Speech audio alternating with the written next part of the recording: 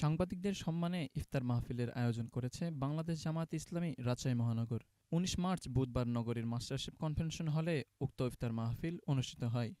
উক্ত ইফতার মাহফিলে উপস্থিত ছিলেন বাংলাদেশ জামায়াতে ইসলামী রাজশাহী মহানগরীর প্রচার ও মিডিয়া সম্পাদক আশরাফুল আলম ইমন।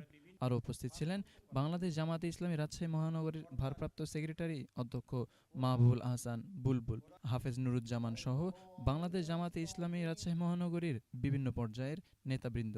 উক্ত ইফতার মাহফিল সভাপতিত্ব করেন বাংলাদেশ জামায়াতে ইসলামী রাজশাহী মহানগরীর আমির ডক্টর মাওলানা কেরামত আলী। তিনি বলেন, আমাদেরকে সত্য রায়ের পক্ষে মাথা উঁচু করে দাঁড়াতে হবে।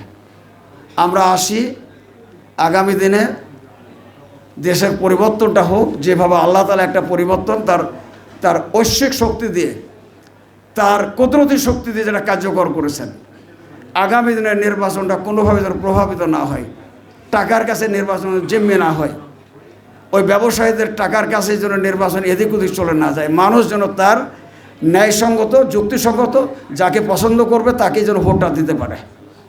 আল্লাহ তাআলা যেন এরকম একটা পরিবেশ করে দেন এবং এই পরিবেশের মাধ্যমে আমরা ভালোকে সত্যকে আমরা বাছাই করব।